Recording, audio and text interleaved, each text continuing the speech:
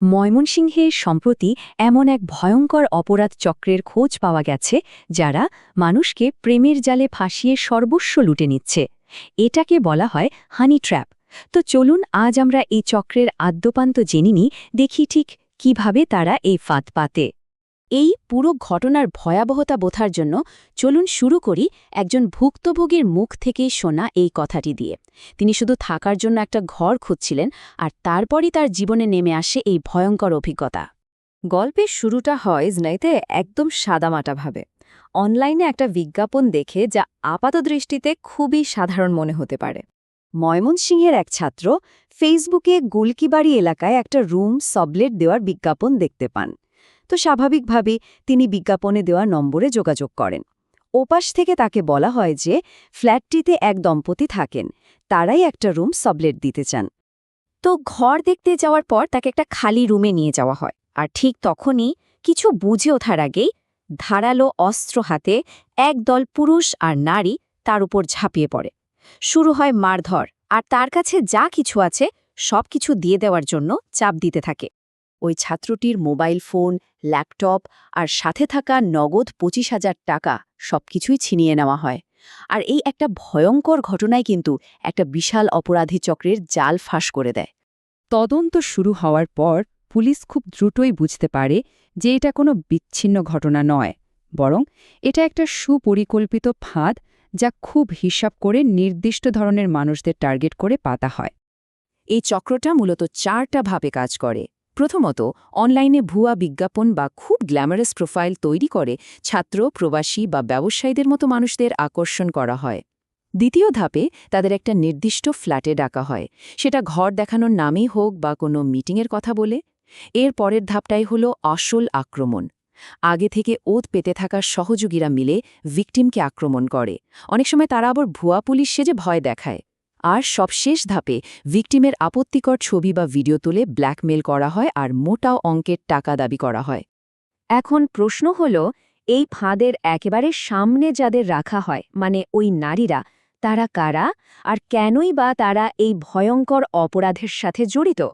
Social মিডিয়াতে এদের profile দেখলে মনে হবে যেন তারা খুব বিলাসবহুল জীবনযাপন করে। দামি পোশাক, আইফোন, ভালো ভালো রেস্টুরেন্টে খাওয়া দাওয়া, সব মিলিয়ে একটা দারুণ লাইফস্টাইল। কিন্তু পর্দার পেছনের গল্পটা কিন্তু একদমই অন্যরকম। সেখানে আছে টাকার অভাব, বন্ধুদের চাপ, মাদকাসক্তি আর অপরাধীদের হাতে নিয়ন্ত্রিত এক অসহায় জীবন।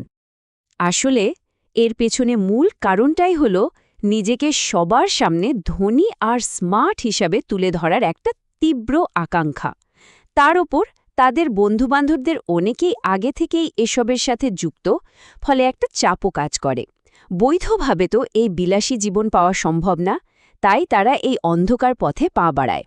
অনেকে হয়তো প্রথমে শুধু কৌতূহলের বশে শুরু করে, কিন্তু পরে এমনভাবে জড়িয়ে পড়ে যে বের হওয়ার আর কোনো পথই থাকে না। আরেকটা গুরুত্বপূর্ণ বিষয় হল, এই নারীরা কিন্তু একা কাজ করে না। তারা আসলে একদল পেশাদার অপরাধীর হাতে থাকা পুতুল মাত্র, যারা পেছন থেকে পুরো খেলাটা চালায়। এই চক্রের যারা মূল হোতা বা মাস্টার মাইন্ড, তারা খুবই ভয়ঙ্কর আর পেশাদার অপরাধী। এদের অনেকেই মাদক ব্যবসা বা মারামারির মতো বিভিন্ন অপরাধের সাথে জড়িত। ফ্ল্যাট ভাড়া করা থেকে শুরু করে নকল পুলিশি সরঞ্জাম যেমন ওয়াকি-টকি বা হ্যান্ডকাফ, সবকিছু এরাই যোগান দেয় আর আড়াল থেকে পুরো অপারেশনটা নিয়ন্ত্রণ করে। যেমন এই চক্রের এক হোতা হিসেবে নুরুদ্দিন আকন্দের নাম উঠে এসেছে।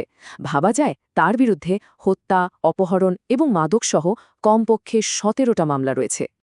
এই মাস্টারমাইন্ডরা নারীদের নিজেদের নিয়ন্ত্রণে রাখার জন্য প্রায়ই মাদককে ব্যবহার করে।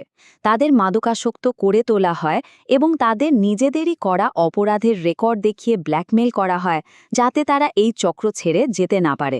ফলে একটা এমন দুষ্টচক্র তৈরি হয় যেখানে নারীরা নিজেরাই বুড়িতড়ায় ফেসে যায়। এই যখন পরিস্থিতি, তখন স্বাভাবিকভাবেই একটা প্রশ্ন মাথায় আসে, ভুক্তভোগীরা এরপর কি করেন?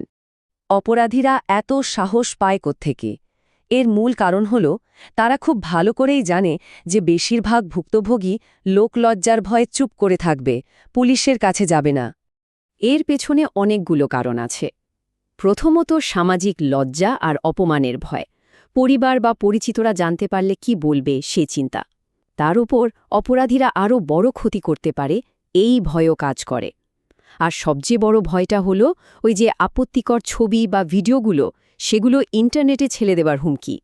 আইন প্রয়োগকারী সংস্থাগুলো কিন্তু বারবার বলছে সোশ্যাল মিডিয়া বা ডেটিং অ্যাপ ব্যবহারের ক্ষেত্রে অনেক বেশি সতর্ক থাকতে হবে, আর ভুক্তভোগীদেরও অনুরোধ করছে ভয় না পেয়ে দ্রুত পুলিশকে জানাতে। কারণ এই চক্রটাকে ভাঙতে হলে সবার আগে ভুক্তভোগীদের মুখ খুলতে হবে, তাদের এগিয়ে আসাই সবচেয়ে জরুরি। শেষ পর্যন্ত প্রশ্নটা এখানে এসে দাঁড়ায়, অনলাইন প্রোফাইলের এই যুগে আমরা আসলে কিভাবে বুঝব যে পর্দার ওপাশে থাকা মানুষটা কে? এটা জানা প্রায় অসম্ভব। আর ঠিক এই কারণেই আমাদের সর্বোচ্চ সতর্কতা অবলম্বন করতে হবে, কারণ এই অপরাধীরা আমাদের অনলাইন আর বাস্তব জীবনের পরিচয়ের মধ্যে থাকা ফাঁকটাকেই তাদের অস্ত্র হিসেবে ব্যবহার করে।